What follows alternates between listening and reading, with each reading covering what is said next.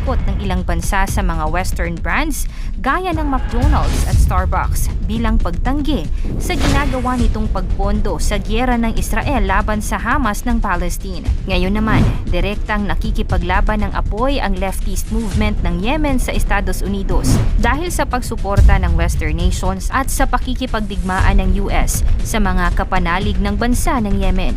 Ganon, ang kaaway ng isa ay kaaway ng lahat. Paano at bakit nagsimula ang issue sa pagitan ng US at Yemen? Yan ang ating aalamin.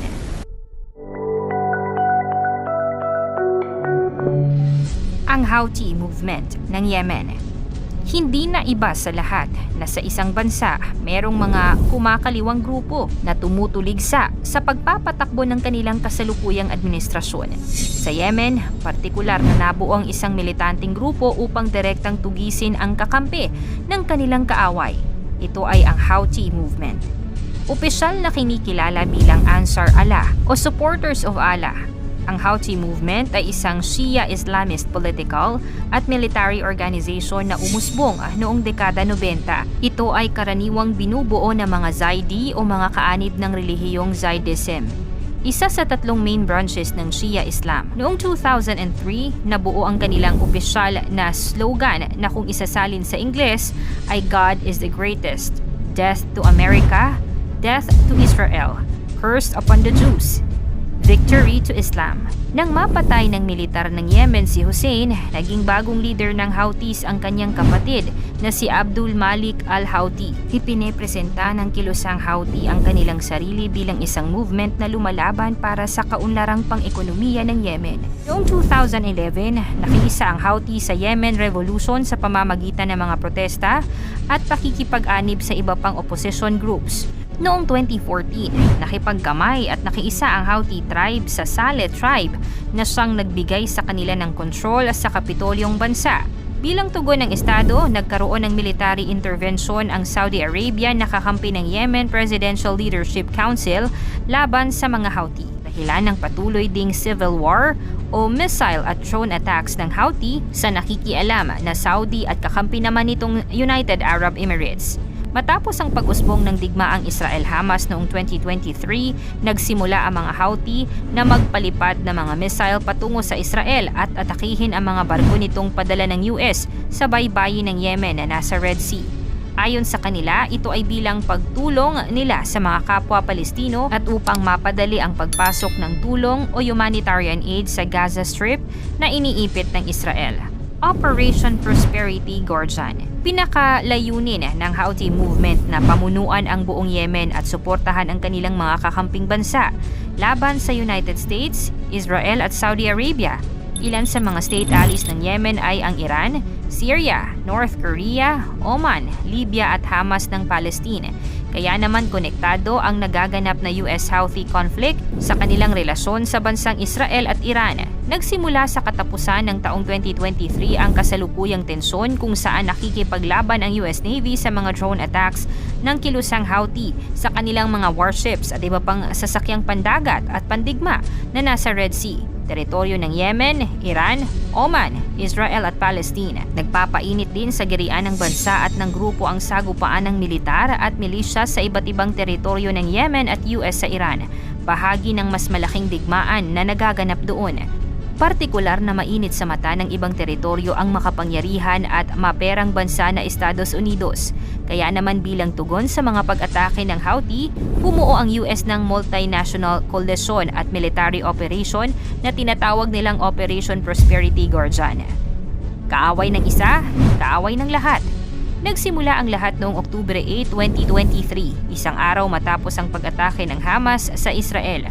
Nagpadala ang US Defense Secretary ng strike group vessels sa Eastern Mediterranean bilang tulong sa Israel. At noong October 19, napatumba ng isa sa mga destroyer vessels ang 3 cruise missile at 8 drones na ipinadala ng Houthi papunta sa Red Sea sa direksyon ng Israel upang tulungan naman ang kanilang kakampi na Hamas.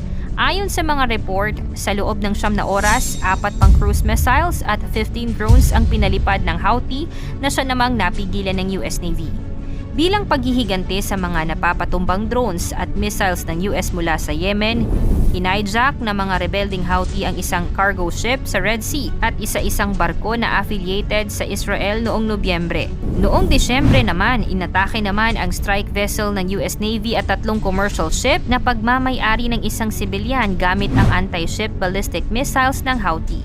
Ayon sa United States Central Command, naniniwala sila na ang ganitong mga pag-atake ng Houthi sa Yemen ay suportado ng Iran, ang bansa na kanilang kaaway ngayon sa nagaganap ding US-Iran war. Naglabas pa sila ng panukalang sanctions o parusa para sa 13 individual at grupo na nagpapondo sa mga Houthi. Paliwanag naman ni Iran Defense Minister Mohammad Reza Ashtiani, magkakaroon ng malaking problema ang binuong Operation Prosperity Guardian na binubuo ng 10 bansa na magpapadala ng mga barkong aatake sa mga barko ng Iran at Houthi sa Red Sea. Ngunit laking gulat nila na nagtagumpay ang koalisyon dahil noong January 10, 2024, napaatras ng UK at US Naval Forces ang pinakamalaking Houthi missile attack simula noong Oktubre. Nagbabala naman ng Islamic Resistance in Iraq na kapag muling inatake ng US at UK ang kanilang kapatid na mga taga-Yemen, aatakehin nila ang base ng mga kano sa abot ng kanilang makakaya. Hindi pa dito nagtatapos ang kaguluhan. Nito lamang January, simula noong January 12 hanggang 20, sunod-sunod na umatake ang US laban sa Houthi gamit ang mga missile strikes sa mga barko, submarines at naval vessels ng Houthi na itinuturing nilang immediate threat sa kalakalan at kaugnayan sa rehiyon. Ayon kay Lieutenant General Douglas Sims, ang direktor ng US Military's Joint Staff, matagumpay na naabot ng mga unang pag-atake noong January 12 ang kanilang layunin na sirain ang kakayahan ng mga Houthi na maglunsad ng komplikadong drone at missile attacks tulad ng kanilang isinagawa noong January 10 at mga nakaraang buwan. Ayon pa sa 2 opisyal ng Estados Unidos na nagsalita sa The New York Times, tinatayang nasira o nawasak ang kanilang vessels ang nasa 20 to 30% ng kakayahan ng Houthi na umataking muli. Bagamat nawasak ang halos 90% ng mga piniling target, idinagdag ng mga opisyal na mas magiging mahirap ang paghahanap ng mga target ng Houthi kesa inaasahan. Noong Enero 18, kinumpirma ni Joe Biden na hindi pa rin napigilan ng kanilang interventions ang Houthi sa patuloy na pag-atake sa mga barko. Ngunit sinabi nila na magpapatuloy ang mga pagsusumikap upang pigilan ang mga ito. Hindi na mga bata kung iisipin ang mga leader ng mga bansang ito, ngunit para sa ideolohiya at mga layunin, para sa kanila, kailangang ituring na kaaway ang kaaway ng kanilang kakampi.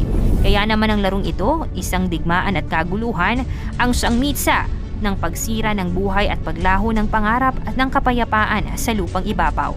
Dapat bang manatili ang international relations ng mga bansa kung gagamitin lamang ito para sa gyera? Kung ikaw ay maging leader ng isang bansa, kanino ka kakampi? Sa mayamang bansa o sa bansang may ipinaglalaban? I-comment mo naman ito sa ibaba at huwag kalimutang i-like at i-share ang ating video para magbigay kaalaman sa iba. Hanggang sa muli, kasoksay, God bless!